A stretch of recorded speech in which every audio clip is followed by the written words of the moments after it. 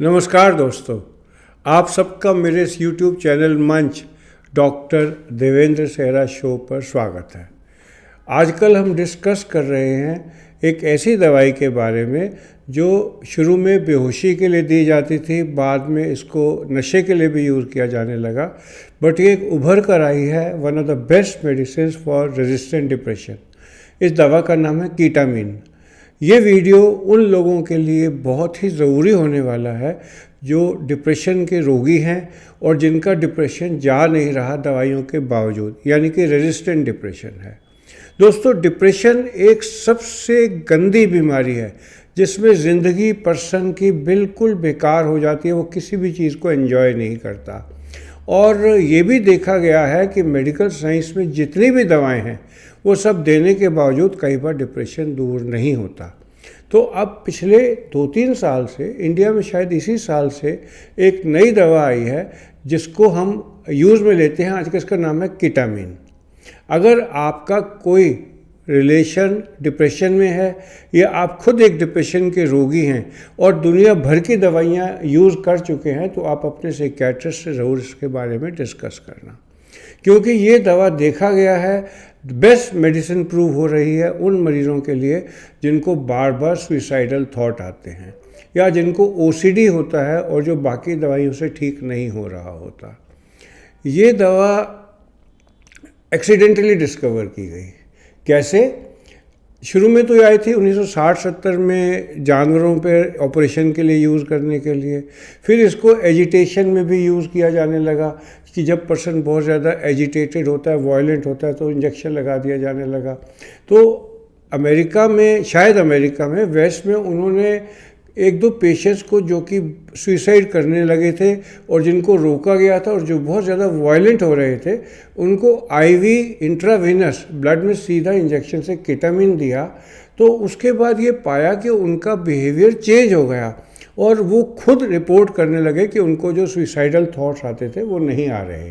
ये मुझे रिमाइंड कराता है जिस तरीके से sulfonyl ureas second world war में डायबिटीज़ के लिए एक्सीडेंटली डिस्कवर हुए थे, सिमिलर तरीके से जब सल्फोनाइल यूरिया सल्फोनामाइड के रूप में एंटीबायोटिक के रूप में इसकी सिस्टर ड्रग दी जाती थी और पता लगा कि डायबिटीज़ का एक नया इलाज है, उसी तरीके से कीटामीन को जब दिया गया एजिटेटेड पीपल में, तो देखा गया कि इससे उन्होंने दोबारा सुइसाइड करने की कोशिश ही नहीं की।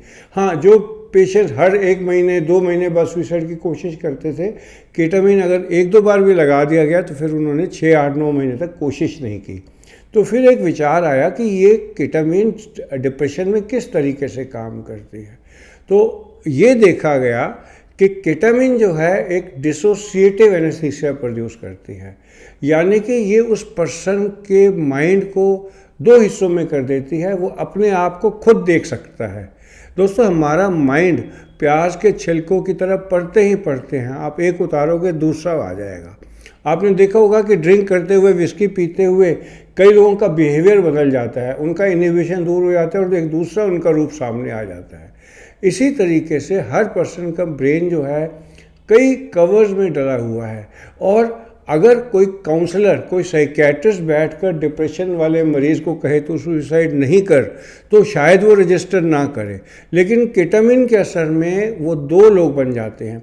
वो अपने आप को दूर से देख सकता है। हाँ, वो पर्सन जो डिप्रेस्ड है, अगर उसको कीटामीन का इंजेक्शन लगा दिया जाए तो डिसोसिएटिव एनेस्थीसिया के बाद वो अपने आप को दूर से देख सकता है। वो सोचता है कि ये मैं हूँ और मैं इस तरीके से क्यों कर रहा हूँ। जब इस तरीके के उसको ख्याल आते हैं तो उसका डिप्रेशन दूर होने लगता है। जिस तरीके से आप ये सोचो कि ओसीडी में भी इसी तरीके से काम करता है। मैंने बहुत पहले, मैं पोइट्री भी लिखता हूँ, मैंने लिखा था कि हर वक्त औरों से उलझने वाले, क्या तूने कभी अपने आप से बातें की हैं।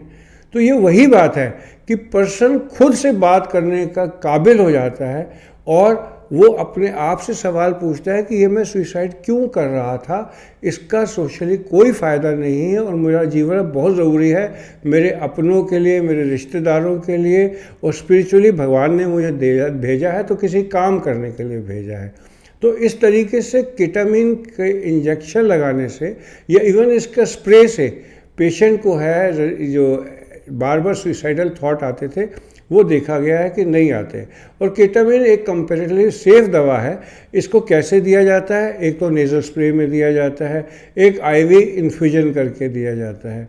फ्रैंकली शायद एक थोड़ा कमर्शियल वजह हो, जब नेज़ल स्प्रे तो इतना पॉपुलर नहीं किया गया, साइकियाट्रिस्ट लोग अपने क्लिनिक में बुलाते हैं हफ्ते में 2 बार 1 महीने तक, फिर हफ्ते में 1 बार 1 महीने तक, फिर 2 हफ्ते में 1 बार 1 महीने तक, और 3 महीने का कोर्स देकर ये देखा गया है कि रेजिस्टेंट डिप्रेशन दूर हो जाता है। और यही चीज़ ऑलमोस्ट आप ओसीडी पे भी लगा सकते हैं। जो रिपीटेड थॉट्स बार बार आते हैं, पर्सन को अवेयरनेस हो जाती है कि ऐसे थॉट्स आने मेरे को ठीक नहीं है, और ओसीडी में भी उनका बिहेवियर ठीक हो जाता है। तो केटामिन जो है, इसके बारे में मैंने आपको इतना ही बताना था। एक दो बात और है कि केटामिन के जो साइड इफ़ेक्ट्स होते हैं, ये एल्डरली एज ग्रुप पे, यानी कि मेरी एज ग्रुप पे सही नहीं रहेगा, क्योंकि ये ब्लड प्रेशर भी बढ़ाता है, ये ग्लूकोमा भी कर सकता है, ये हार्ट रेट भी बढ़ा सकता है, ससेप्टेबल लोगों के हार्ट की प्रॉब्लम्स भी ला सकता है। तो इसको ऐसा नहीं है कि आप एक दवा जैसे रूटीन में यूज़ कर लें। आपको ये लेनी है तो अपने साइकियाट्रिस्ट की गाइडेंस में लेनी है, और उससे समझ कर लेनी है, क्योंकि इसका एब्यूज़ पोटेंशियल भी बहुत ज़्यादा है। अभी रिसेंटली एक कैनेडियन फिल्म स्टार ने, मुझे नाम याद नहीं आ रहा, उन्होंने अभी लास्ट मंथ ही सुसाइड की थी, और बाद में देखा गया था कि उनके बॉडी में इसका लेवल केटामिन का नॉर्मल से बहुत ज़्यादा था। वो डिप्रेशन थेरेपी फॉर केटामिन ही थे, बट अनफॉर्चुनेटली ये हुआ होगा कि उन्होंने इसको नशे के लिए ले लिया होगा, क्योंकि वो इसके ऊपर काफ़ी टाइम से डिप्रेशन के मरीज़ भी थे और नशा भी करते थे। और इनफैक्ट वो अमेरिका के जो डी एडिक्शन वाले सेंटर्स हैं उसके लिए एक मोटिवेटर भी थे। तो मैंने जब ये पढ़ा तो केटामिन के बारे में सब पढ़ा, और इस पर 2-3 वीडियोस और बनाई हैं, और मैं चाहूँगा कि वो भी आप देख लें अगर आप मेडिकल नॉलेज में इंटरेस्टेड हैं। अगर इस तरीके के वीडियो से आपको कुछ सीखने को मिलता है तो मैं चाहूँगा कि आप मेरे इस चैनल को सब्सक्राइब कर लें और लाइक माइंडेड पीपल में शेयर कर लें। आप सबका मेरे साथ जुड़ने के लिए धन्यवाद।